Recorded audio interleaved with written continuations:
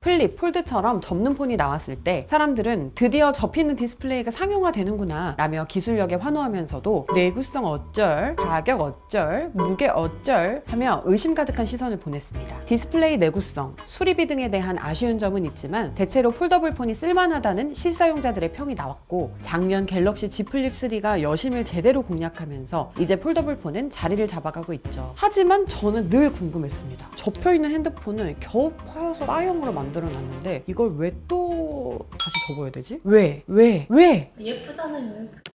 그리고 또 여러분들 스마트폰 새로 사면 꼭 구매해야 하는 거 있죠? 바로 케이스입니다. 케이스티파이 15% 할인 방법 그리고 디자인 추천까지 알차게 준비했으니까 여러분들 끝까지 시청해주세요. 기술력이고 스펙이고 어떤 분들에게 이런 건 전혀 중요하지가 않죠. 여론은 기능보다는 디자인이나 컬러로 좌지우지되는 걸 많이 볼 수 있습니다. 새로 출시된 갤럭시 Z 플립 4는 제 기준으론 디자인이 예쁩니다. 3에 비해서 큰 변화는 없지만 프레임은 무광에서 유광으로, 본체가 유광에서 무광으로 살짝 점을 찍고 나왔죠. 카툭티도 조금 더 생겼네요. 컬러는 보라 퍼플, 그라파이트, 핑크, 블루가 나왔는데 전 색상 다 괜찮았습니다. 예전에 갤럭시라고 하면은 안 쓰는 색종이 컬러로 폰을 만든다 이런 인식이 있었는데요. 지금은 색상은 다 잘 뽑았다고 생각해요. 제가 선택한 블루는요, 약간 신비롭기도 하고 보라 색깔 느낌이 나기도 해요. 아이폰 13 프로 시에라 블루와는 또 다른 매력의 블루입니다. 업그레이드라고 생각합니다만 좋은 디자인은 몇 세대 쓰는 것도 나쁘지 않다고 생각합니다. 애플놈들도 지금 놓치 계속. 대신 힌지도 얇아졌고 울트라신 글래스도 업그레이드 되는 등 기술적인 완성도는 높아졌고 AP도 스냅드래곤 8 플러스 젠 1으로 좋아졌으니까요. 물론 아이폰에 비빌 AP는 아닙니다. 하지만 일반 유저들이 게임을 하지 않고 쓰기에는 나쁘지 않아 보입니다. 무엇보다 전작에서 사람들이 많이 아쉬웠다고 하는 부분이 배터리였는데요. 배터리가 400mAh 늘어나서 3700mAh가 들어갔어요. 제가 며칠간 실사용을 해봤는데 전작에서 느꼈던 발열이라던가 배터리가 눈에 띄게 소모된다던가 그런 것은 확실히 나아진 느낌입니다. 다시 스마트폰을 왜 접어야 하는가로 넘어가서 저는 솔직히 답을 아직 찾지 못했습니다. 삼성도 이걸 딱히 접어야 해서 접었다기보다는 접을 수 있으니까 접은 것 같은 느낌? 하지만 이걸 접어서 쓰니까 편한 건 있더라고요. 첫 번째, 삼각대 없이 사진을 찍을 수 있다는 거. 특히 커버 디스플레이로 미리 보기를 확인하면서 찍을 수 있어서 비교적 스펙이 우수한 후면 카메라를 셀피용으로도 쓸 수 있다는 거. 카메라를 많이 쓰는 MZ세대들에게 이런 점이 어필이 된 게 아닌가 하는 생각이 들었고요. 나는 MZ세대인가? 밀레니얼 세대니까 X세대인 나도 카메라 많이 쓴다고. 접으니까 길게 만들어도 들고 다니니까 불편하지가 않습니다. 작은 가방에도 쏙 들어가요.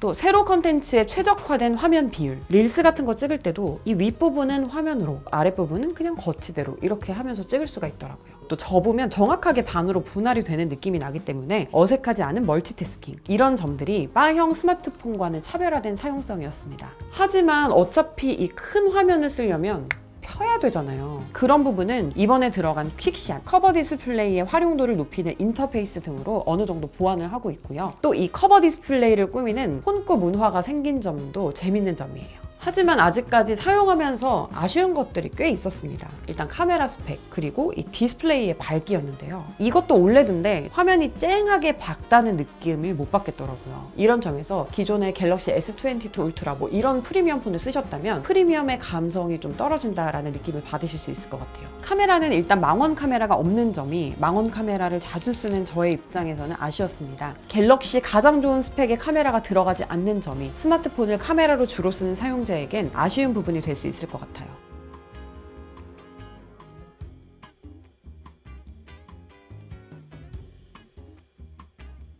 그리고 생각보다 되게 불편한 게 뭐냐면은 한 손으로 펴는 게 좀 아직은 좀 어려워가지고 이거는 진짜 꼭 케이스가 있어야 되겠더라고요.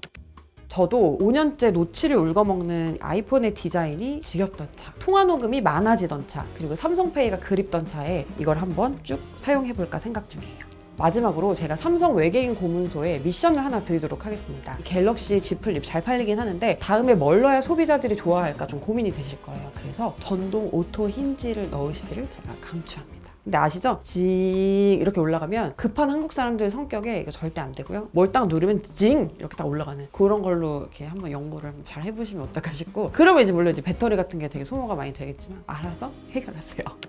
이렇게 새로운 타입의 스마트폰을 구매를 했다면 반드시 필요한 거 케이스 이야기를 해볼 건데요. 그러니까 예전에는 갤럭시 스마트폰은 예쁜 케이스가 없다라는 공식이 있었는데 갤럭시 Z 플립 3부터는 갤럭시에도 예쁜 케이스가 많다라는 공식이 새로 생긴 것 같습니다. 멋진 케이스 또 프리미엄 케이스를 떠올리시면 가장 먼저 생각나는 게 바로 케이스티파이일 거예요. 브랜드 슬로건이 Show Your Colors, 보여줘 너만의 컬러를 라는 메시지죠. 항상 어딜 가나 이렇게 폰을 들고 다닐 수밖에 없는데 케이스를 뭘 끼우느냐에 따라서 폰의 이미지를 좌지우지하는 것 같아요. 이건 좀 발랄한 느낌? 이건 좀 스마트한 느낌이 들죠? 그래서 케이스티파이도 이 핸드폰 케이스를 통해서 나를 표현하라고 매우 다양한 디자인과 커스텀 옵션을 제공하고 있습니다. 특히 베젤 로고 링 있잖아요. 카메라 보호도 되지만 또 케이스티파이라는 거를 이것만 봐도 딱 알 수가 있잖아요. 케이스의 본질은 바로 이 스마트폰 보호가 아닐까 싶어요. 뒤에도 문구가 있습니다. 프로텍트 유얼 테크. 근데 이렇게 막 떨어뜨려도 걱정이 안 돼요. 왜냐면 어차피 안 깨질 거니까.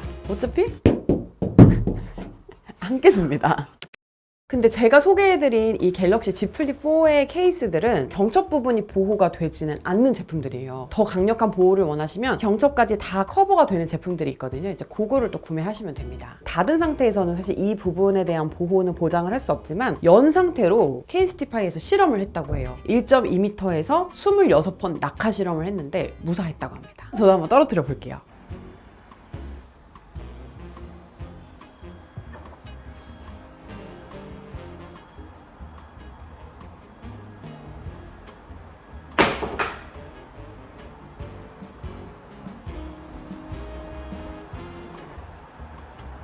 멀쩡합니다.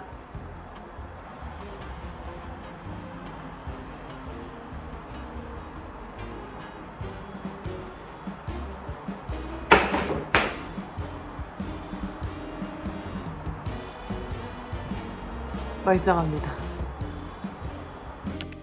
소재를 한번 살펴보면요. 케이스 옆면은 유연한 TPU 소재예요. 미끄럽지가 않고 약간 말랑말랑하면서 희한하게 좀 그립감이 좋아요. 그리고 뒷면은 단단한 PC 소재입니다. 그리고 임팩트 케이스가 한층 더 업그레이드가 되었는데요. 기존 물결 모양이던 충격 흡수 소재가 트위스터 모양으로 바뀌어서 보호성이 더 강해졌다고 합니다. 나무 뿌리에서 영감을 받은 이 꼬인 패턴은 볼록하고 오목한 부분으로 구성돼서 충격 흡수에 최적화가 되어 있습니다. 또 정면 디스플레이보다 케이스가 높이 올라와서 스크래치와 충격으로부터 효과적으로 보호해줍니다. 근데 사실 보호성만 높은 케이스도 많고 디자인만 예쁜 케이스도 많거든요. 이 케이스티파이를 여러분들이 많이 선호하시는 이유는 보호성이랑 디자인 두 가지를 다 잡았기 때문일 거예요. 커스텀이 가능한 것도 케이스티파이의 장점인데요. 이미 엄선된 프린트 디자인을 선택하시거나 커스텀 케이스를 통해서 나만의 특별한 문구를 넣어서 세상에 하나뿐인 케이스를 직접 디자인할 수 있습니다. 또 Z 플립 4 케이스는 클리어부터 헤이즈 퍼플, 베이비 블루, 키위 등 범퍼 색상 옵션이 더 다양해졌어요. 웹사이트에 있는 많은 디자인이 다양한 기종으로 출시돼서 커플템으로 사도 굉장히 좋을 것 같습니다. 똑같은 디자인도 Z 플립 유저는 Z 플립으로, 아이폰은 뭐 아이폰으로 이렇게 선택할 수가 있으니까요. 저는 이렇게 길 가다가 똑같은 케이스를 만나면 이렇게 기분이 안 좋죠? 그럴 때는 이제 커스텀을 하시면 됩니다. 제가 또 말이 많잖아요. 그래가지고 투머치 토커 이거 제가 또 커스텀을 해서 주문을 한 거거든요. 자기의 개성이나 자기의 브랜드 잘 담길 수 있는 이런 케이스로 제작을 해보시는 것도 참 재밌을 것 같아요.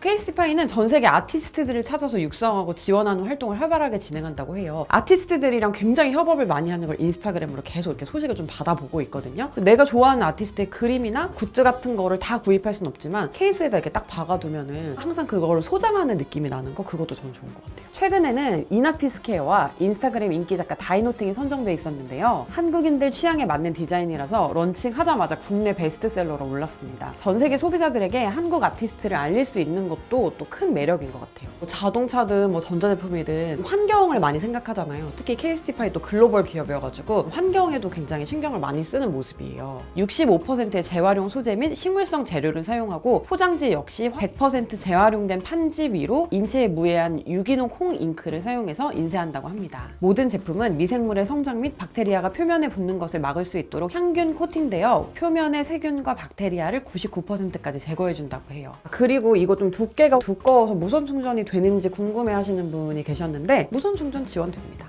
케이스티파이가 브랜드 네임 밸류도 있고 케이스티파이 거 하면 저렴하지 않다는 걸 다들 알고 계시잖아요. 그래서 한 5, 6만 원대 정도 선물용으로도 괜찮을 것 같습니다. 근데 이게 비싸니까 제가 더보기란에 15% 할인 링크를 제가 달아 놓을게요. 요거 타고 가셔가지고 저렴하게 타세요. 친구들한테 공유도 많이 해주시고요.